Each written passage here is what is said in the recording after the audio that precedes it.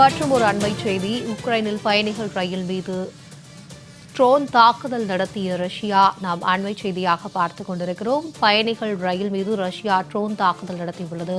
இதில் 30 பேருக்கு மேல் பலியாக இருப்பதாக தகவல் வெளியாகியிருக்கிறது.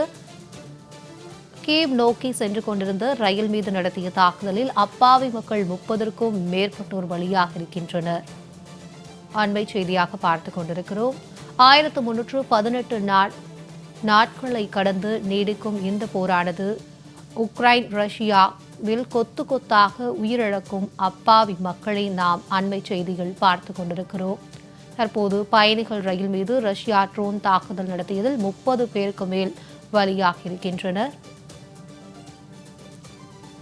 இதுகுறித்து எமது சிறப்பு செய்தியாளர் யோகேஸ்வரன் தரும் கூடுதல் விவரங்களை கேட்கலாம். வணக்கம் யோகேஸ்வரன். தற்போது பயணிகள் ரயில் மீது ரஷ்யா ட்ரோன் தாக்குதல் நடத்தி 30 பேருக்கும் மேலாக பலியாக இருப்பதாக தகவல் வெளியாக இருக்கிறது. இது குறித்தான முழு விவரங்களை பதிவு பண்ணுங்க யோகேஸ்வரன்.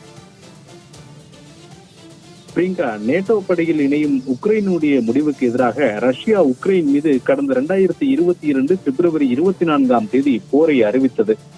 இன்று வரை 1318 நாட்களை கடந்து உக்ரைன் ரஷ்யா மீதான அந்த போர் என்பது தொடர்ந்து நடத்தி வரக்கூடிய நிலையிலே இதுவரைக்கும் குறிப்பாக மிகப்பெரிய கட்டிடங்கள், அரசு அலுவலகங்கள், பொதுமக்கள் குடியிருக்கக்கூடிய குடியிருப்புகள் உள்ளிட்ட இடங்கள்ல மட்டுமே ரஷ்யா தாக்குதல் நடத்தி வந்த நிலையில இன்று ரஷ்ய நேரப்படி பிற்பகல்ல உக்ரைன் சென்று கொண்டிருந்த ஒரு பயணிகள் ரயில் மீது ரஷ்யா ட்ரோன் தாக்குதல் என்பதை நடத்தி இருக்கிறது.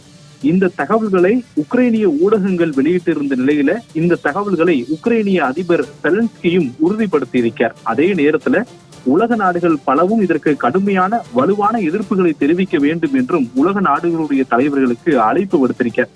என்ன நடந்தது என்று உக்ரைனிய ஊடகங்கள் வாயிலாக நாம் அறிந்து கொள்ள முடிந்தது. அந்த உக்ரைனிய ஊடகங்கள் வழங்கி இருக்கக்கூடிய அதிகாரப்பூர்வ தகவலின்படி உக்ரைனில் இருக்கக்கூடிய சுமி அப்படின்ற ஒரு பகுதியிலிருந்து கீவ் நகரை நோக்கி பயணிகள் ரயில் சென்று கொண்டிருக்கிறது. இந்த ரயில் சோஸ்ட்கா ரயில் நிலையம் அப்படின்ற ஒரு பகுதிக்கு சென்று கொண்டிருந்த போது ட்ரோன் தாக்குதல் என்பது அடுத்தடுத்து நடைபெற்று இருக்கிறது. அந்த காட்சிகளை கூட உக்ரைனிய ஊடகங்கள் பதிவிட்டு வெளியிட்டு இருக்கிறார்கள். அதுல சில காட்சிகளை பார்க்க முடியும். பயணிகள் அந்த தாக்குதல் நடந்த உடனே அருகாமையில் இருக்கக்கூடிய பகுதிகளுக்கு ஓடி சென்று ஒளிந்து கொள்ளக்கூடியதும், அடுத்தடுத்து ட்ரோன்கள் தொடர்ந்து பறந்து வந்து இந்த ரயில் மீது தாக்குதல் நடத்தக்கூடியதும் இந்த காட்சிகள்ல அதிர்ச்சியூட்டக்கூடிய வகையில பதிவாகி இருக்கிறது.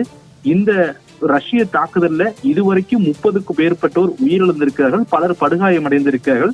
அவசர நிலை என்பது பிரகடனப்படுத்தப்பட்டு அனைத்து அரசு குழுக்களுமே அந்த சம்பவம் தாக்குதல் நடந்திருக்கக்கூடிய இடத்துல இருப்பதாக உக்ரைனிய அதிபர் செலன்ஸ்கியும் அதிகாரப்பூர்வ வலைதள பதிவுல பதிவிட்டிருக்கிறார். இது மட்டுமல்லாமல் இதுவரைக்கும் முதற்தளவில் நாம் பேசக்கூடிய இந்த உக்ரைன் ரஷ்ய போர் என்பதை தாண்டி வலுவான நடவடிக்கைகளை இனி உலக நாடுகள் சேர்ந்து எடுக்க வேண்டும். குறிப்பாக ஐரோப்பியா மற்றும் அமெரிக்கா உள்ளிட்ட நாடுகளிடம் இருந்து ரஷ்யாவினுடைய இந்த தாக்குதலுக்கு தாங்கள் வலுவான எதிர்ப்புகளை எதிர்பார்க்கிறோம் என்றும் உக்ரைனிய அதிபர் செலன்ஸ்கி கூறியிருப்பதும் இந்த நேரத்தில் குறிப்பிடத்தக்க ஒன்று.